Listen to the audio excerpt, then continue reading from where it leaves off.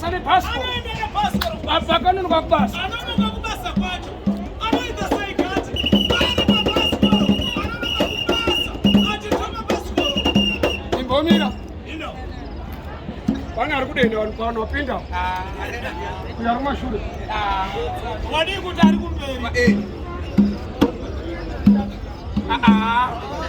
Matsotsi. Kuna zalungu?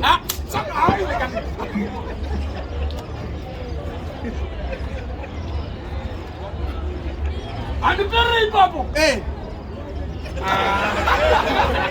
Jamngoja kaneki. Ko wadi kubai wadi kuenda. Wadi kwenda. Mpemija na mija. Visachie. Ndio ya mija na mija na bami. Tano noro hapa.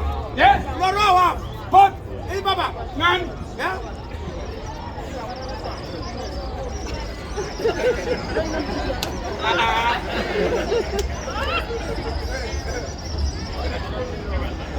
Zano. Iwe.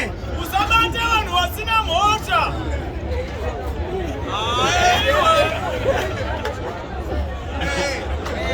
Next one.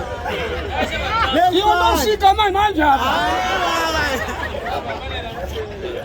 Hiyo ndo shika manje. Mbona kutendelea kunyenyeredza sei? Ndo shika manje. Shika.